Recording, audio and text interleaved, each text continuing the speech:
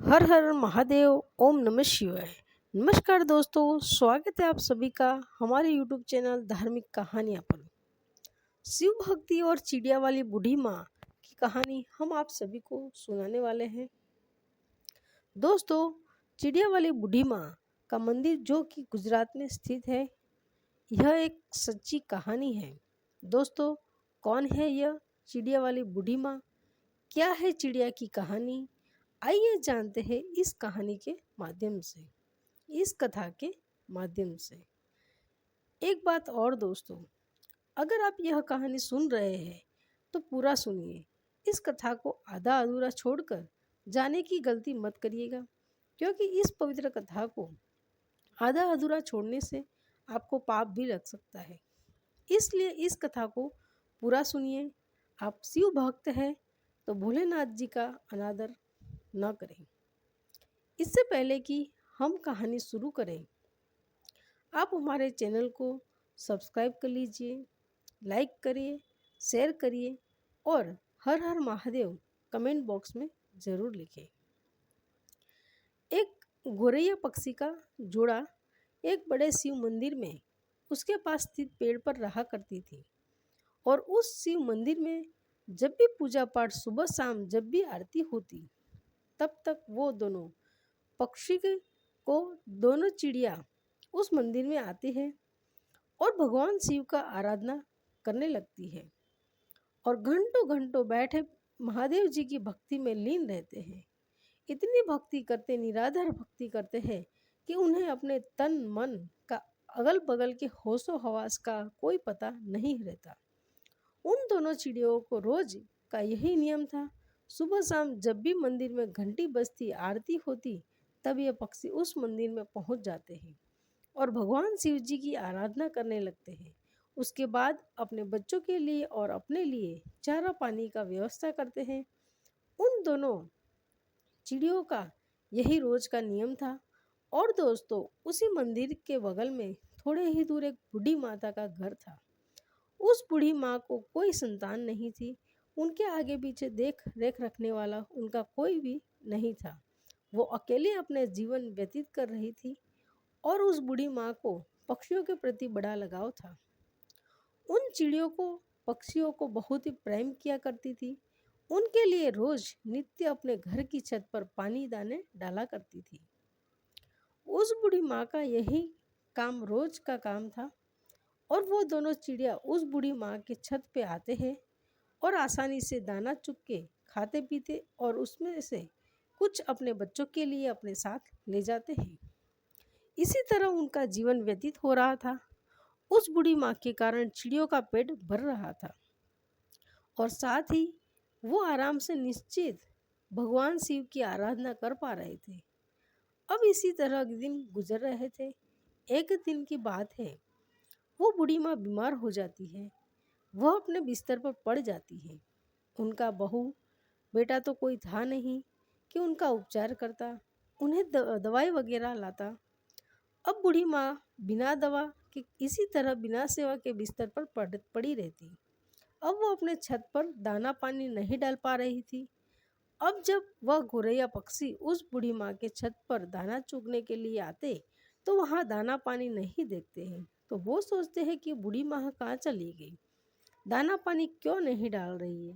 इसी तरह 2 दिन बीतते हैं, 3 दिन बीतते हैं। धीरे धीरे वो बूढ़ी माँ कमज़ोर होने लगती है।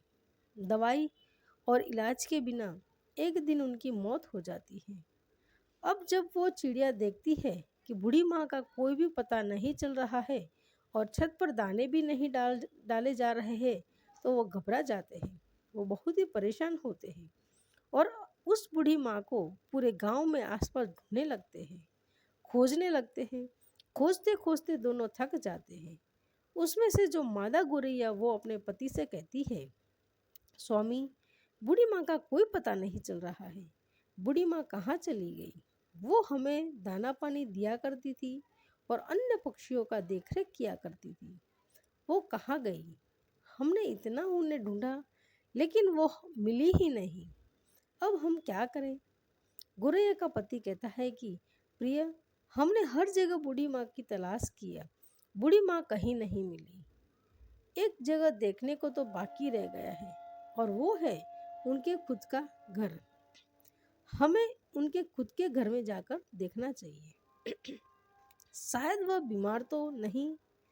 अब यह कहने के बाद वह गौरैया पक्षी बूढ़ी माँ के घर चले जाते हैं, और जब अंदर जाकर देखते हैं तो बूढ़ी माँ अपने बिस्तर पर लेटी है। उनके शरीर में कोई हलचल नहीं। उनके चेहरे पर, उनके बदन पर मक्खियाँ भिनभिना रही थी। वो पक्षी अपने पंखों की फड़फड़ाहट से उन मक्खियों को हटाते हैं, बूढ़ी माँ को जगाने की कोशिश करते हैं, लेकिन उनके शरीर में कोई हलचल नहीं। अब गौरैया का पति कहता है कि प्रिय, बूढ़ी माँ अब उस दुनिया में नहीं रही, उनकी मृत्यु हो चुकी है। क्या देखने के बाद दोनों चिड़िया बहुत ही निराश, बहुत ही उदास होते हैं। उन्हें बड़ा ही दुख होता है। अब उन्हें दाना चुगने के लिए दूर दूर जाना पड़ता। इसी तरह शाम हो जाती है। शाम को जब मंदिर का घंटा बजता है, आरती होने लगती है भगवान शिव जी की, तब वो दोनों बच्चे उस मंदिर में पहुंचते हैं और एक पैर पर खड़े होकर भगवान शिव जी की निराधार भक्ति करने लगते हैं। उनका जब कहीं 1 घंटा बीत जाता है, 2 घंटे बीत लगते हैं, इसी तरह बहुत लंबा समय बीत जाता है। इसी तरह बिना खाए पिए, पानी पिए लगातार महादेव जी की भक्ति करते रहते हैं। ऐसे करते करते 1 महीना बीत जाता है। उन पक्षियों ने महादेव जी की भक्ति करना छोड़ा नहीं, महादेव जी की भक्ति करते रहे। यह देखकर महादेव भोलेनाथ बड़े ही प्रसन्न होते हैं और उन बच्चियों को दर्शन देते हैं और कहते हैं, हे गौरैया, तुम्हें क्या चाहिए? तुम जो मांगोगे मैं वो दूंगा। तुम्हारी इस अखंड भक्ति से मैं बड़ा ही प्रसन्न हूँ। छोटी सी जान होते हुए तुमने अपनी ताकत से बाहर, अपनी क्षमता से बाहर भक्ति किया है, इसलिए मैं तुम्हें बहुत ज़्यादा प्रसन्न हूँ। तुम जो मांगोगे मैं तुम्हें दूंगा। तब गौरैया ने कहा, प्रभु, हमें कुछ नहीं चाहिए, हमें बस एक चीज़ चाहिए। आप हमारी उस बूढ़ी माँ को, उस पुण्य आत्मा को फिर से हमें लौटा दीजिए, उन्हें जीवित कर दीजिए, बस हमें यही चाहिए। भोलेनाथ जी ने कहा, हे गौरैया, सृष्टि का नियम है कि अगर जो मर जाता है वो कैसे जीवित हो सकता है? मैं सृष्टि के चक्र में कैसे बाधा बन सकता हूँ? तुम और कुछ मांग लो। तब उस चिड़िया ने कहा, नहीं भोलेनाथ, हमें कुछ नहीं चाहिए, हमें बस हमारी बूढ़ी माँ चाहिए और कुछ नहीं। आप हमें वापस कर दीजिए। तब भोलेनाथ जी ने कहा, पक्षियों, अब वह बूढ़ी माँ का शरीर गल चुका है, उसमें से कीड़े निकलने लगे हैं, उनका शरीर क्षीण हो चुका है, मैं उन्हें कैसे जीवित कर सकता हूँ? उनका शरीर ही ठीक नहीं रहा तो उसने प्राण वापस कैसे आएंगे? तब वह दोनों पक्षी, दोनों पति पत्नी हट करने लगते हैं और कहते हैं, प्रभु, आपने हमें वचन दिया था कि तुम जो मांगोगे मैं दूंगा, तो प्रभु आप अपने वचन से पीछे हट रहे हैं। हे भोलेनाथ जी, आप अपने वचन से फिर नहीं सकते हैं। तब महादेव ने कहा, हे पक्षियों, तुम्हारे हट के आगे मैं विवश हूँ और अपने वचन के आगे। अब इस प्रकार भोलेनाथ ने और उस बूढ़ी माँ के क्षीण शरीर को सही कर दिया, फिर से उसमें प्राण फूंक दिए। अब इस प्रकार से वह बूढ़ी माँ फिर से जीवित हो गई। अब अपने सामने भगवान भोलेनाथ को देखकर वो बूढ़ी माँ भाव विभोर हो जाती है और बड़ा ही प्रसन्न होती है और कहती है, हे प्रभु, मेरे जन्म जन्म के दुख, जन्म जन्मों के पाप आपने दर्शन मात्र से कट गए। आपने मुझे दर्शन दिया। हे प्रभु, मैंने ऐसा क्या पुण्य किया था कि आपने मुझे जीवित कर दिया? तब भगवान शिव ने कहा कि बूढ़ी माँ, तुम्हें मैंने तुम्हारे कारण नहीं जीवित किया है, मैंने तो तुम्हें उन दोनों गौरैयाओं के लिए जीवित किया है। उन दोनों पक्षियों ने मेरी निराधार भक्ति किया, दिन रात बिना अन्न पानी ग्रहण किए मेरी पूजा की, एक पैर पर खड़ा होकर मेरी आराधना किया, इसी कारण मैंने उन्हें आशीर्वाद दिया। उनकी वजह से तुम आज जीवित हो, इस धरती पर हो। वह पक्षी कोई और नहीं जो तुम्हारे छत पर गौरैया पक्षी का जोड़ा रोज दाने चुगने आता है, उसी ने यह भक्ति की है, उसी के कारण तुम आज जीवित हो। अब उस बूढ़ी माँ ने दंडवत प्रणाम किया और फिर भोलेनाथ वहाँ से अंतर्ध्यान हो गए। फिर वो बूढ़ी माँ फिर से अपनी छत पर दाने डालने लगी, पानी रखने लगी और वह पक्षी सुबह गोरैया पक्षी का जोड़ा उस माँ की छत पर आते हैं और पानी पीते हैं, दाना चुगते हैं। तब उस बूढ़ी माँ ने उन गोरैया पक्षी से कहा, हे पक्षियों, तुमने मुझे जीवन दान दिया है, भगवान भोलेनाथ की आराधना किया, अपने लिए न मांग करके मेरे लिए मांगा। ये पक्षियों, मैं ये चाहती हूँ तुम मेरे घर पर आकर बस जाओ, तुम मेरे घर पर ही वास करो और नित्य प्रतिदिन मेरी आंखों के सामने रहो। अब यह सुनने के बाद उस बूढ़ी माँ का प्रस्ताव दो गोरैया स्वीकार करते हैं और उस बूढ़ी माँ के घर आकर रहने लगते हैं। इसी प्रकार दिन बीतने लगते हैं और बूढ़ी माँ का चर्चा गांव-गांव में फैलने लगता है। दूर दराज तक फैलने लगता है कि एक बूढ़ी माँ है जो मरकर भी जीवित हो गई और उसमें अजीब सी शक्ति आ गई है।